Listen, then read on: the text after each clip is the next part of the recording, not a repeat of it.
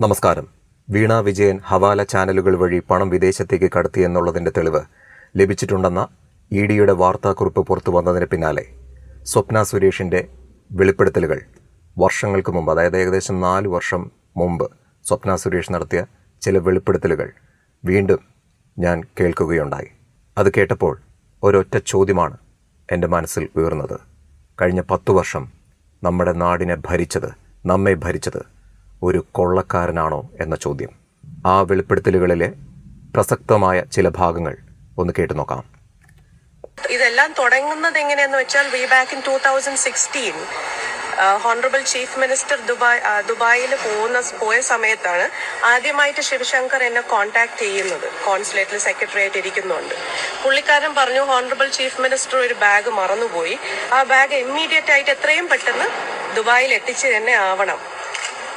അങ്ങനെ നമ്മളുടെ കോൺസുലേറ്റിൽ ഒരു ഡിപ്ലോമാറ്റ്, അഹമ്മദ് ദുക്കി എന്ന് പറയുന്ന ഒരു ഡിപ്ലോമാറ്റിന്റെ കയ്യിലാണ് ഈ ബാഗ് കൊടുത്തുവിടുന്നത്.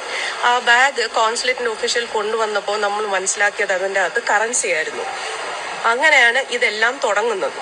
ഓക്കെ, അപ്പോൾ 2016 പിണറായി വിജയൻ അധികാരത്തിൽ വരുന്നത്, മുഖ്യമന്ത്രിയായി അധികാരത്തിൽ വരുന്നത്. ആ വർഷം തന്നെ പരിപാടി തുടങ്ങി, കടത്ത് പരിപാടി തുടങ്ങിയെന്നാണ് സ്വപ്ന സുരേഷിൻ്റെ വെളിപ്പെടുത്തൽ.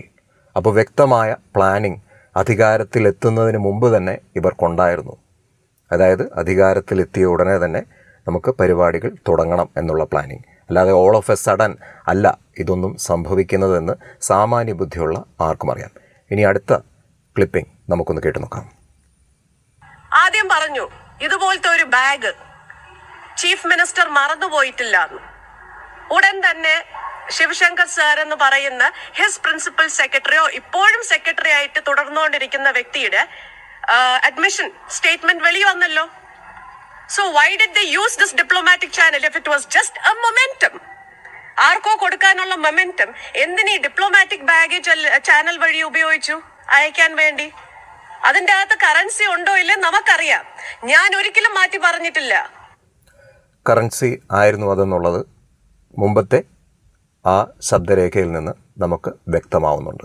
ഇനി 4 ആഴ്ച മുമ്പത്തെ സ്വപ്ന സുരേഷിൻ്റെ അത് 2 പ്രധാന വെളിപ്പെടുത്തലുകളുണ്ട്. അതിലെ ആദ്യത്തെ വെളിപ്പെടുത്തൽ പറയുന്നത് ഇപ്പോഴും ശിവശങ്കരൻ രഹസ്യമായി പിണറായി വിജയന് വേണ്ടി ജോലി ചെയ്യുന്നുണ്ടെന്നുള്ളതാണ്.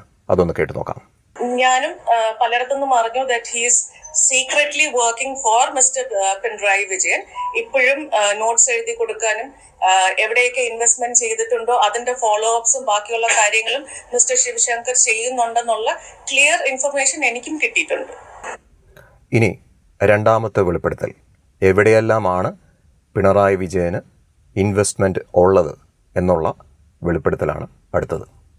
They have investments across US, Europe, and of course the Middle East.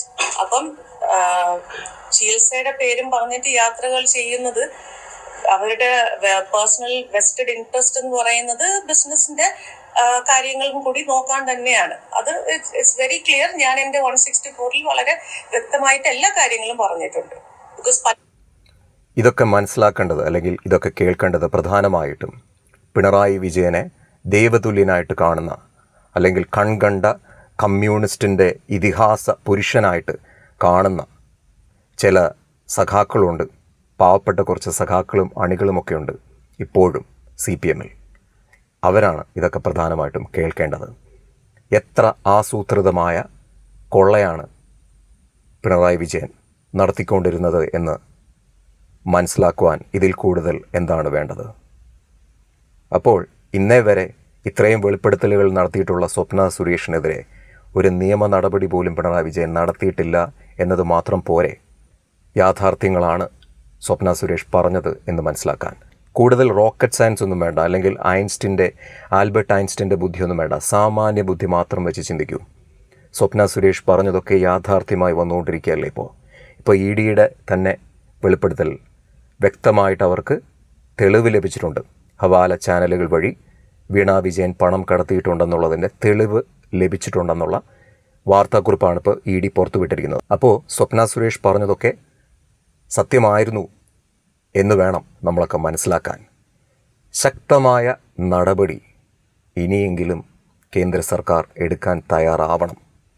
നിങ്ങൾ തമ്മിൽ എന്തെങ്കിലും ഒരു ധാരണയോ അഡ്ജസ്റ്റ്മെൻറ്റോ ഉണ്ടെങ്കിൽ അത് അവസാനിപ്പിക്കണം. പിണറായി വിജയൻ എന്ന മനുഷ്യൻ ഈ നാടിനെ കൊള്ളയടിച്ചിട്ടുണ്ടെങ്കിൽ നിയമത്തിന് മുന്നിൽ ആ മനുഷ്യനെ കൊണ്ടുവരണം.